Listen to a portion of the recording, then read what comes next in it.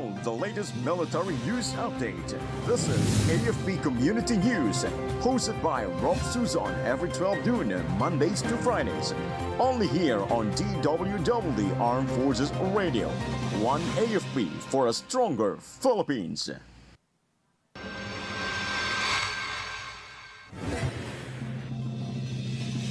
NOLCOM nabbed 31 armed men linked to rival politicians in Abra. JTF Orion responds to fatal clash between rival political camps in Basilan. BARM records 21 fatalities in bloodiest election since May 1. DFA chief cites diplomatic ties with all Caribbean states.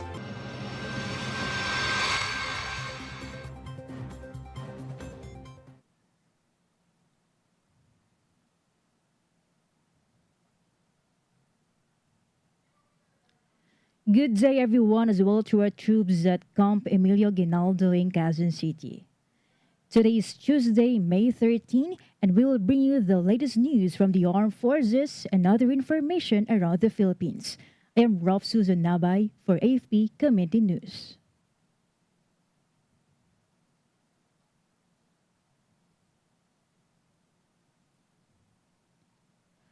For the brief overview of our news, the Philippine Navy has deployed key naval assets, the BRP General Mariano Alvarez, the BRP Juan Magluyan, and both Attack 485, carrying the Navy SEALs under the operational control of Joint Task Force Orion to help secure the 2025 national and local elections.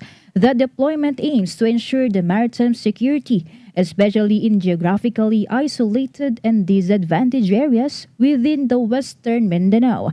These warships supported the Commission on Elections by transporting the election personnel and materials and deterring potential threats throughout the electoral process. This operation highlights the Armed Forces of the Philippines' firm commitment to uphold a safe, orderly, and credible democratic exercise across the archipelago.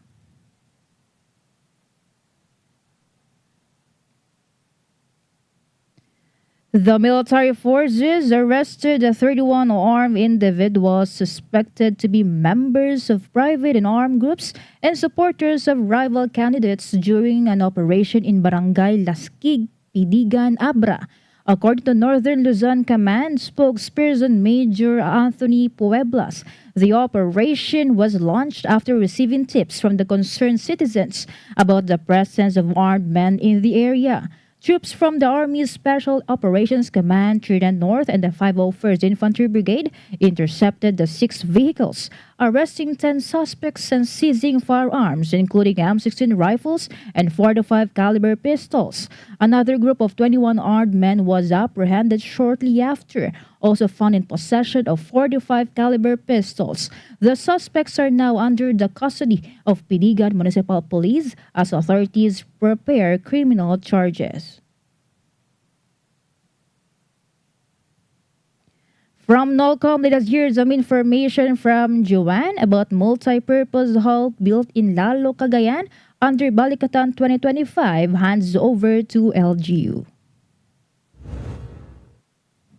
A dedication ceremony was held on May 8 at the Barangay Dagupan Multipurpose Gymnasium to mark the completion of the newly constructed multipurpose hall.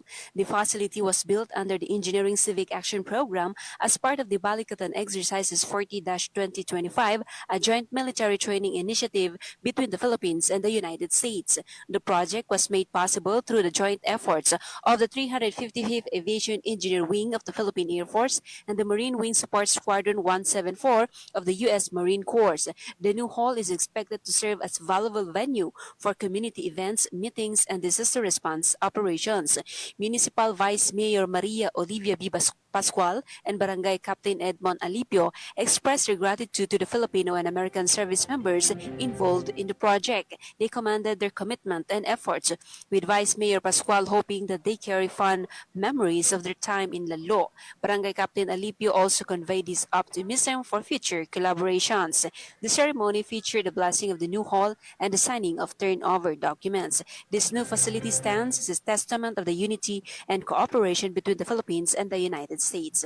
This is John Sagak reporting for AFP Community News 1 AFP for Stronger Philippines. Thank you, Joanne Sagaok from Nolcom. DWDD Armed Forces News. Joint Task Force Array of the Armed Forces of the Philippines swiftly responded to an election-related clash between supporters of rival candidates in Barangay Langil Island, Hari Muhammad Ajul Basilan. The violent encounter involving the groups linked to Mayoral Bet Talib Pawaki and Councilor aspirant Muhammad Hassan left 2 people dead and 1 wounded. JDF Orion, operating under the Western Mindanao Command, immediately deployed forces to secure the area, containing the situation and prevent the further escalation. The AFP condemned the violence and reaffirmed its commitment in protecting the integrity of the electoral process through the intensified security operations in coordination with the other agencies. DWDD Armed Forces News. The Armed Forces of the Philippines raised the serious concern after the authorities intercepted 441 million pesos in cash from 11 individuals, mostly foreign nationals, at Mactan Cebu International Airport over the weekend, sparking the fears of vote buying and foreign interference in the 2025 elections. The AFP praised the vigilance of the Philippine National Police and airport security personnel, noting the cash was found in 7 trolley bags aboard the private flight bound for Manila. The suspects, including the Chinese, Malaysian, Indonesian, Kazakhstani, and Filipino nationals, failed to present the valid documents and allegedly tried to bypass the security. The AP vowed full support for the investigation and urged the public to stay alert and report any suspicious activity to protect the integrity of the democratic process. Armed Forces Radio. Flash report. Let us hear more updates from Spencer Ross about 4th ID troops secured the northern Mindanao Caraga for peaceful 2025 elections. Indeed, Rolf, the 4th Diamond Division has deployed troops across northern Mindanao and Caraga regions to ensure a safe, honest, and peaceful conduct of the 2025 national and local elections. Under the leadership of Major General Michael Anayron Jr., 4 ID brigades and battalions are securing identified election hotspots while also deploying medical and civil military units to support emergency and voter needs. He also emphasized, Rolf, the Army's readiness to defend both national sovereignty and the democratic process. On the other hand, Diamond Troopers also cast their votes early to focus fully on securing polling centers and maintaining peace on Election Day. This is Spencer, reporting for AFP Community News, 1 AFP for Stronger Philippines.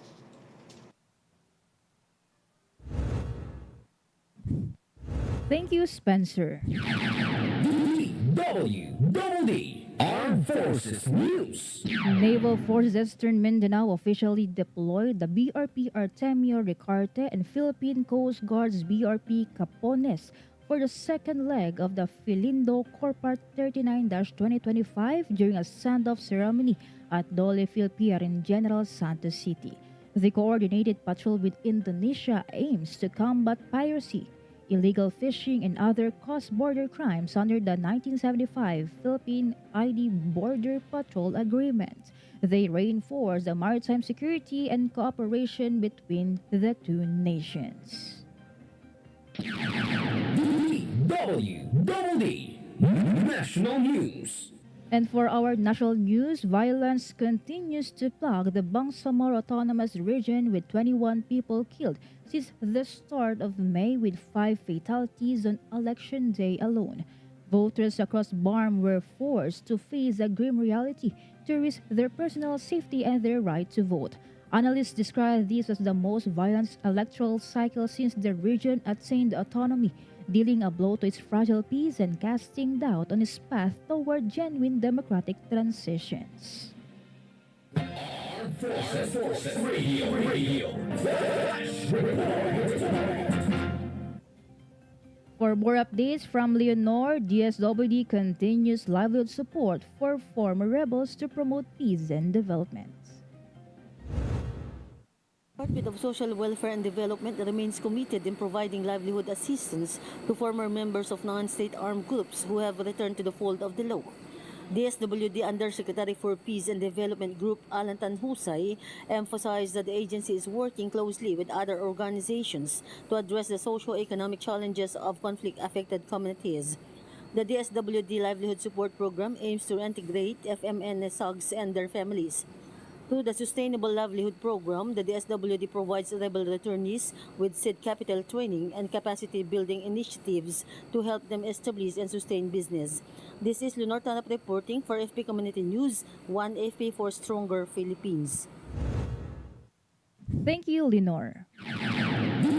DWDD National News. For other national news, Foreign Affairs Secretary Enrique Manalo has officially secured the diplomatic ties with all Caribbean states following the 28th Council for Foreign and Community Relations meeting held in Frigate-based St. Kitts and Nevis. The historic visit marked the first time a Philippine Foreign Secretary was invited to address the Council of Caribbean Community Nations or CARICOM. In his remarks, Secretary Manalo emphasized shared interests between the Philippines and the Caribbean in maritime security, climate change, and multilateralism. He also reaffirmed the Philippines' commitment to the United Nations and support for the global South-South cooperation and innovative and inclusive development approaches.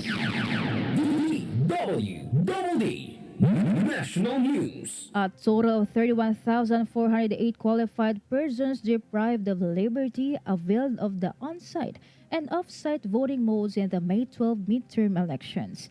The Bureau of Jail Management and Penology reported that 29,784 PDLs voted on-site in the Bureau's 473 special polling places, while 1,624 escorted PDLs casted their votes off-site. The BJMP stated that the participation of the PDLs in the election is a testament to the agency's commitment in upholding the human rights and empowering every citizen, regardless of circumstance, to have their voice heard, their choice counted, and their dignity upheld. Armed Forces Radio. On the other line, let us hear more from Beth Tanyete about Philippine Air Force ensures safe and orderly conduct of 2025 elections. The Philippine Air Force provided essential security support during the 2025 national and local election, in line with the directives from the Armed Forces of the Philippines and support of the Commission on Election. Philippine Air Force deployed around 397 troops, 56 air assets, and 60 ground mobility units nationwide, with the 578 additional personnel on standby for contingency operations. Moreover, tactical operation wings and air task groups coordinated closely with the Philippine National Police, COMELEC, and other agencies to ensure a peaceful and credible election process. This is Beth Tanete reporting for the AFP Community News, 1 AFP for the Stronger Philippines. Thank you, Beth Tanyete. DWDD National News. The Department of Education has received 160 reports of election-related issues from Monday's midterm polls. In a statement, DepEd Media Relations Chief Dennis Legaspi said that among the issues reported were malfunctioned voting counting machines, missing names on voters' lists, and health concerns among teacher and staff. There were also cases of overvoting, which caused some party list votes to be invalidated.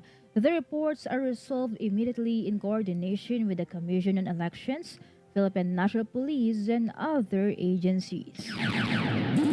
DWDD National News. A moderately explosive eruption occurred at Canlaon volcano early this morning, sending 4.5 kilometers massive ash plume into the sky in the moderately explosive 5-minute blast. PHIVOX said the eruption began at 2:55 a.m. and generated a voluminous grayish-ash plume that drifted southwest.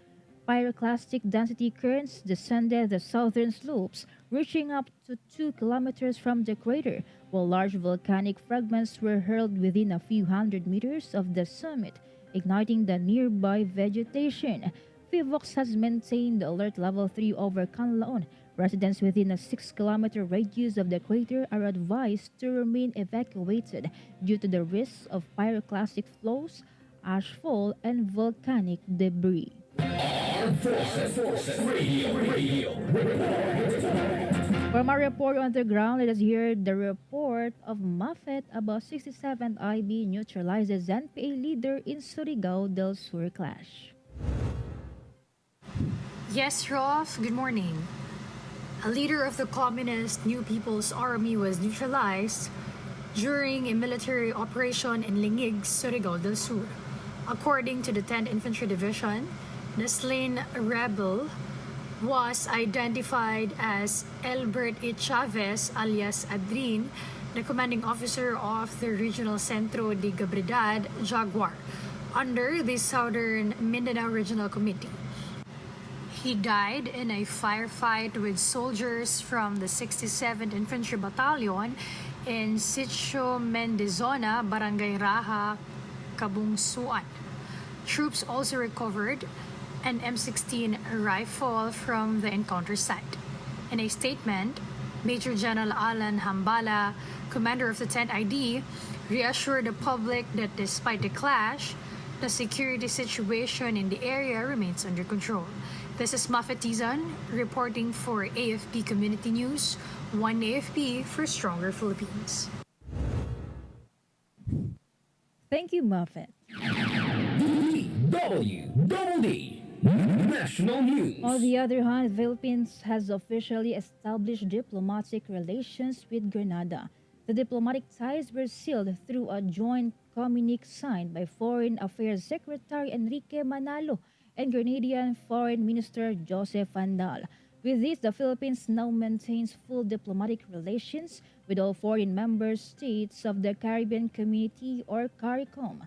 It can be recalled that Secretary Manalo met with CARICOM foreign ministers during their Council for Foreign and Community Relations meeting held in St. Kitts and Nevis, where he also delivered a special address.